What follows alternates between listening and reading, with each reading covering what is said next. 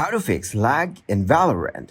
Hello everyone. In this video, I will show you how to fix lag in Valorant. There are a few ways we're going to try to fix the lag in Valorant.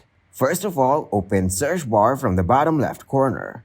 Then search and open command prompt from here. After opening the command prompt, now pass the command as ipconfig /flush DNS and press enter. Now the window IP configuration successfully flushed the DNS resolve cache. After that, click on Windows icon from the bottom left corner.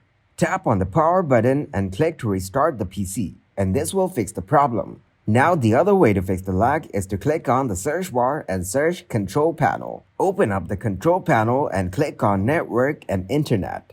Then go into the Network Sharing Center and you can see your active networks here. From the connection, click on your Wi-Fi network. After opening Wi-Fi status, tap on its properties. Then click on Internet Protocol version 4 and tap on its properties. You can change its preferred DNS server to as many as you want and then click on OK. Then choose the Internet Protocol version 4 in your network. This will fix the lagging problem in Valorant. Thank you guys for watching this video. Hope you got some value.